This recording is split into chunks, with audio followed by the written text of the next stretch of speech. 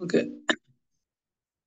ତ ସାଧାରଣତଃ ଆମ ଭଳି ଲୋକଙ୍କର ଧାରଣା ଥାଏ କି ଏ ଭୌତିକ ଜଗତରେ ଯୋଉ ପୃଥିବୀ ଲୋକ ଅଛି, ମର୍ତ୍ତ୍ୟ ଲୋକ ଅଛି, ତ ମର୍ତ୍ତ୍ୟ ଲୋକ ପରେ ଯୋଉ ଲୋକ ଗୁଡା ସ୍ୱର୍ଗ ରହିଲା ସେଠି ଲୋକ ମରନ୍ତିନି।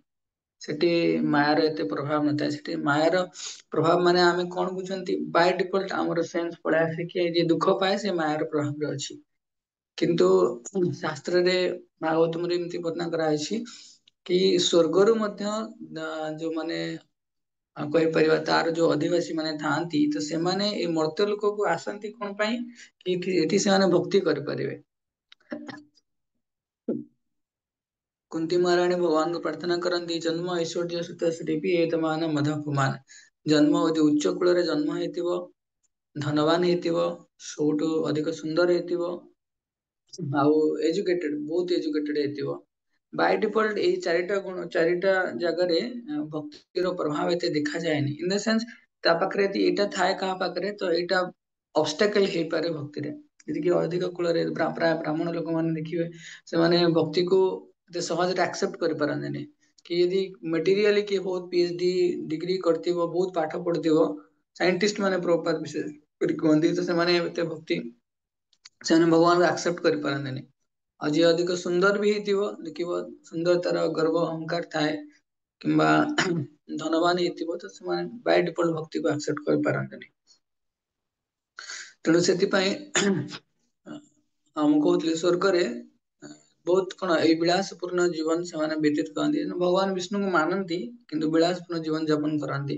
ତ ସେଇ ସମୟରେ ଭଗବାନଙ୍କୁ ପ୍ରାପ୍ତି କରିବାର କୌଣସି ପ୍ରୟୋଜନ ସେମାନେ ଏତେ ଫିଲ୍ କରିପାରନ୍ତି। କିନ୍ତୁ ଏଇ ଦୁନିଆରେ ମର୍ତ୍ତ୍ୟ ଲୋକରେ କଣ ହୁଏ, ଲୋକମାନେ ଦୁଃଖରେ ଥାଆନ୍ତି, କେତେବେଳେ ସୁଖରେ ଥାଆନ୍ତି। ଏଠି ତପସ୍ୟା ବି ଲୋକ କରନ୍ତି। ଆଉ ଭଗବାନଙ୍କ ପାଖକୁ ଯିବା ପାଇଁ ଭଗବାନ ଯେତେବେଳେ ବିଭିନ୍ନ ଅବତାର ମାନେ ଗ୍ରହଣ କରନ୍ତି, ଭଗବାନ ବିଶେଷ କରିକି ମର୍ତ୍ତ୍ୟ ଲୋକକୁ ଆସନ୍ତି ଅଧିବାସୀ ମାନଙ୍କୁ ଆଟ୍ରାକ୍ଟ କରିବା ପାଇଁ। ତେଣୁ ସେଥିପାଇଁ ଆ ବ୍ରହ୍ମ ସ୍ତମ୍ଭ ପରିବର୍ତ୍ତନ, ପୁରା ବ୍ରହ୍ମାଙ୍କ ପର୍ଯ୍ୟନ୍ତ ସୃଷ୍ଟିରେ ବ୍ରହ୍ମାଙ୍କ ଠାରୁ ପୁରା ଗୋଟେ ଛୋଟ ପିମ୍ପୁଡି ପର୍ଯ୍ୟନ୍ତ ସମସ୍ତେ ମାୟାର ଏଇ ତିନି ଗୁଣର ଅଧୀନରେ ହିଁ ଥାଆନ୍ତି। ଆଉ ମାୟାର ତିନି ଗୁଣ ତିନିଟା ରଜ୍ଜୁ ଭଳିଆ ହେଲା, ସତ୍ୟ ଗୁଣ, ରଜଗୁଣ, ତମ ଗୁଣ। କିଏ କହୁଥିବ ଭଲ ଲୋକ ସିଏ ବି ମାୟାରେ ଅଛି, କିଏ କହୁଥିବ ଖରାପ ଲୋକ ସିଏ ବି ମାୟାରେ ଅଛି। ସମସ୍ତେ ଆମେ ମାୟାରେ ଅଛି। ଆଉ ଏ ମାୟାର ବନ୍ଧନକୁ କାଟିବା ପାଇଁ ତିନିଟା ରଜ୍ଜୁ ଅଛି। ମାୟାର ବନ୍ଧନରେ ବାନ୍ଧି ହେବା ପାଇଁ, ତ ମାୟାର ବନ୍ଧନରୁ କାଟିବା ପାଇଁ ବି ଗୋଟେ ରଜ୍ଜୁ ଅଛି। ତ ଯୋଉ ରଜ୍ଜୁର ଆରମ୍ଭଟା ଭଗବତ ଧାମ ରୁ ହେଇଛି, ଆଉ ଅନ୍ତିମ ପର୍ଯ୍ୟାୟ ଆମେ ଧରୁଛେ ହରିନାମ। ତ ହରିନାମ ମାଧ୍ୟମରେ ଆମେ ମାୟାର ଯୋଉ ତିନିଟା ଦଉଡି, ରଜ୍ଜୁ ମାନେ ଦଉଡି, ସେ ଦଉଡିକୁ ଆମେ କାଟି ପାରିବା। କିନ୍ତୁ ସେ ମାୟାର ବନ୍ଧନକୁ କାଟିବା ଏତେ ସହଜ ବି ନୁହେଁ। କୋଟି କୋଟି ଜନ୍ମ ହେଲାଣି ଆମେ ମାୟାର ବନ୍ଧନରେ ପଡି ପଡି ଆସିଛେ। ଆଉ କେତେ ସାମର୍ଥ୍ୟ ନେଇକି ଆମେ ଭଗବାନଙ୍କର ନାମ ନବା ଦରକାର କି ମାୟାର ବନ୍ଧନ କାଟିବାର ଅଛି। ତ ଏ ନାମ ନବାର ଅଧିକାରୀ କିଏ ତାହେଲେ? ଭଗବାନ ତ କୃପାବଶତ ନାମକୁ ଦେଇଦେଲେ, ତ ଅଧିକାରୀ କିଏ? ଯିଏ ତୃଣାଦପି ଶୁନିଚନ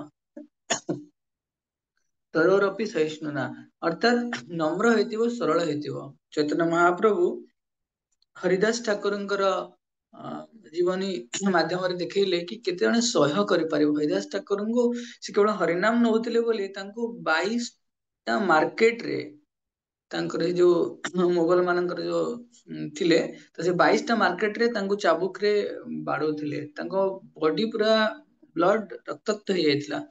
ତ ଭଗବାନ ତାଙ୍କୁ ଦେଖିଲେ କି ତଥାପି ସେ ହରିନାମ ନ ନେବା ପାଇଁ କେବେ ମାନେ ନବା ପାଇଁ ହିଁ ଚାହୁଁଥିଲେ, ମନା କରୁନଥିଲେ ନବା ପାଇଁ। ତେଣୁ ହରିଦାସ ଠାକୁରଙ୍କର ପୁରୀ ଯାଇଥିବ, ପୁରୀରେ ଦେଖିବ ହରିଦାସ ଠାକୁରଙ୍କ ମଠ ଅଛି। ତ ସେଇ ହରିଦାସ ଠାକୁରଙ୍କୁ ଯିଏ ମୁସଲିମ ପରିବାରରେ ଜନ୍ମ ହେଇଥିଲେ, ଆଉ ମୁସଲିମ ପରିବାର ଜନ୍ମ ହେଇକି ମଧ୍ୟ ହରିନାମ ପ୍ରତି ମାନେ ଅତୁଟ ରୁଚି ଥିଲା ତାଙ୍କର। ବ୍ରହ୍ମ ହରିଦାସ, ଅର୍ଥାତ ଭଗବାନ ବ୍ରହ୍ମା ନିଜେ ହରିଦାସ ଠାକୁରଙ୍କର ମାଧ୍ୟମରେ ଏଇଟା ନିଜେ ଅବତାର ଗ୍ରହଣ କରିଛନ୍ତି, ଦୃଷ୍ଟିରେ ଦେଖେଇବା ପାଇଁ କି ଭଗବାନଙ୍କର ନାମ ର ମହିମା କଣ ଅଛି। ଲାଷ୍ଟ କୁ ଚୈତନ୍ୟ ମହାପ୍ରଭୁ ତାଙ୍କୁ ଆଚାର୍ଯ୍ୟ ବୋଲି ସମ୍ବୋଧନ କଲେ, ଅର୍ଥାତ ନାମର ଆଚାର୍ଯ୍ୟ। ଆଉ ସନାତନ ଗୋସ୍ୱାମୀ, ରୂପ ଗୋସ୍ୱାମୀ, ସନାତନ ଗୋସ୍ୱାମୀ, ସନାତନ ଗୋସ୍ୱାମୀଙ୍କର ମାଧ୍ୟମରେ ଭଗବାନ ଦେଖିଲେ କଣ ନମ୍ରତା। କେତେ ଜଣେ ନମ୍ର ହେଇପାରିବ। ଚୈତନ୍ୟ ମହାପ୍ରଭୁଙ୍କୁ ଯେତେବେଳେ ସନାତନ ଗୋସ୍ୱାମୀ ଭେଟିଲେ, ତ ସେ ଦାନ୍ତରେ ତୃଣ, ତୃଣ ମାନେ କଣ, କୁଟା, କୁଟା ମାନେ କଣ କହିପାରିବା, ଛଣ ଦେଖିଥିବ ଗାଁରେ, ତ ତାକୁ ଧରିକି ପୁରା ସାଷ୍ଟାଙ୍ଗ ଦଣ୍ଡବତ ପ୍ରଣାମ କରୁଛନ୍ତି।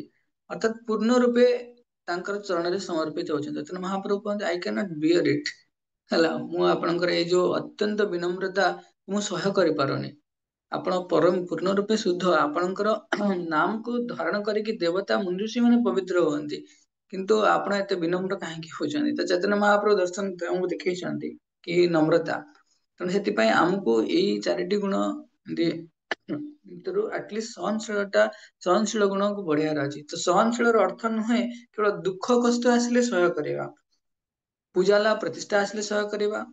ଆଉ ମୁଖ୍ୟ ଜିନିଷ, ଯେତେବେଳେ ଆମେ ଶାନ୍ତିରେ ସୁଖରେ ରହୁଛନ୍ତି, କିଛି ଟେନସନ ନାହିଁ, ସେଇଟାକୁ ସହ୍ୟ କରିବାର ଅଛି।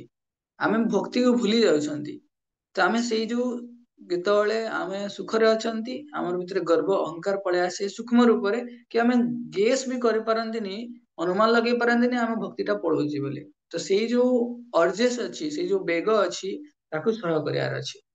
ଆଉ ଦୁଃଖ ତ ଆମକୁ ସହ୍ୟ କରିବାର ଅଛି, କାହିଁକି ନା ଆମେ ସଂସାରରେ ଯଦି ଭକ୍ତି କରିବ ମାନେ ଗୋଟେ ଆଡେ ଆମେ ଯିବା, ଆଉ ଗୋଟେ ଆଡେ ସାରା ସଂସାରର ସବୁତକ ଲୋକ ଯିବେ। ଇଭିନ୍ ବି ଆମ ମନ ବି ସେପଟ ସାଇଡରେ ପଳେଇବ। ସେତିକି ଷ୍ଟ୍ରେଂଥ ଫିଲ୍ କରିବା ଅଛି କି ନାଇଁ ଭଗବାନଙ୍କ ନାମ। ସେଥିପାଇଁ ମୁଁ ଫାଷ୍ଟ କହିଲି ଭଗବାନ ଅଛନ୍ତି, ଆମେ ଭଗବାନଙ୍କର ସୋଲ, ଆମେ ଆତ୍ମା।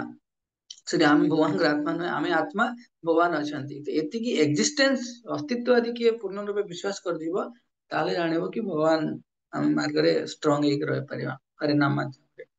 ଯାହା ହଉ ହରିନାମଙ୍କ ପାଖରେ ପ୍ରାର୍ଥନା କରିବା କି ଆମକୁ ଏ ବିନମ୍ରତା ସହନଶୀଳତା ପ୍ରଦାନ କରନ୍ତୁ, ଆମେ ଅନ୍ୟମାନଙ୍କର ସମ୍ମାନ କରିପାରୁ, ନିଜର କୌଣସି ସମ୍ମାନ ଆଶା ନ ରଖିକି, ତାହେଲେ ଭଗବାନଙ୍କର ନାମ ପ୍ରତି ଆମେ ପୂର୍ଣ୍ଣ ସମର୍ପଣ ଭାବ ପ୍ରଦର୍ଶନ କରିପାରିବା। କିନ୍ତୁ ଆସନ୍ତୁ ଏଇ ପ୍ରାର୍ଥନା ମଧ୍ୟ ଆମ ବୈଷ୍ଣବ ମାନଙ୍କ ଚରଣ କମଳରେ ଅର୍ପଣ କରିବା। ତ ବୈଷ୍ଣବ ମାନେ ବାଞ୍ଚା କଳ୍ପତରୁଷ ସନ୍ତୋଷ ସଦୃଶ କ୍ଷମାଶୀଳ ଦୟାର ସାଗର ଏବଂ ପତିତ ଜୀବଙ୍କର ଉଦ୍ଧାରକାରୀ, ଦୈନନ୍ଦିନ ଜୀବନରେ ଜ୍ଞାତ ବା ଅଜ୍ଞାତରେ ଯଦି କୌଣସି ସାଧୁ ଗୁରୁ ବୈଷ୍ଣବଙ୍କ ନିକଟରେ ଅପରାଧ ହୋଇଥାଏ, ତାହେଲେ ପ୍ରାତଃ ମୁହୂର୍ତ୍ତରେ ସେମାନଙ୍କ ଚରଣ କମଳରେ କ୍ଷମା ପ୍ରାର୍ଥନା ମାଗି ନେବା ଉଚିତ। पञ्चाकल्पतरोर्गश्च कृपा सिन्धुभेव च पतितानां पावनेभ्यो वैष्णवेभ्यो नमो नमः। अनंत कोटि वैष्णव वृंद की जय। नामाचार्य श्री हरिदास ठाकुर की जय। जगत गुरु श्रील प्रभुपाद की जय।